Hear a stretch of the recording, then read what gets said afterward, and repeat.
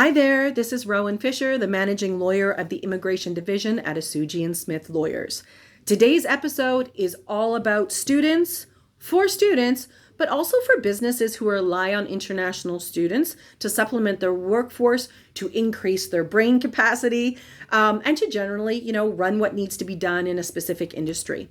Lots of changes in study permit world, lots of changes in postgraduate work permit world. So you want to make sure you're on top of these things all the time to ensure that you're hiring the students in the right way and that students you're able to get jobs in a way that you want. And of course, be able to stay in Canada. So let's talk a little bit about postgraduate work permits, open work permits generally given to students who have finished a program of a certain length in Canada. What's changed, quite importantly, is that now really bachelor's, master's, and PhD students will be eligible still directly for postgraduate work permits from a designated learning institution, or at least a consideration for an application.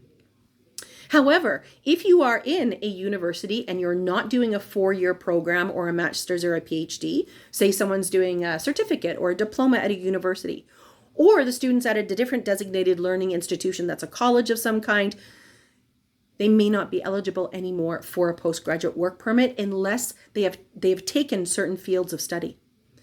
And the fields of study requirement is now very strict. So make sure you're going online to the government website, not Facebook, not Instagram, not LinkedIn, not your cousin, please.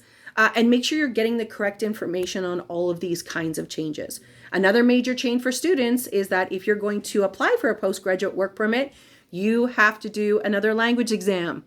Even if you did one in the past, you have to do one again to prove that you're a level 7 or above in English. In addition, so we had this amazing event yesterday with Alberta University of the Arts students who are in a 4-year bachelor's program to talk about what their options are. What is interesting is that some types of students, some types of jobs for students are going to be limited and on ineligibility lists for things like permanent residency programs inside provinces through provincial programming. An example we used yesterday was the Alberta Opportunity Stream. This is a all-tier, so any kind of job can apply for permanent residency through this program. However, in relation to the students we were talking to, artists, sculptors, artisans are all on the ineligibility list. They're not even allowed to apply for Alberta Opportunity Stream for permanent residence. So for all of you out there or anyone working with students, you want to make sure you're checking not only, what they're studying, but also what kind of job they're going to get after they graduate. This has to be very strategic now for anyone.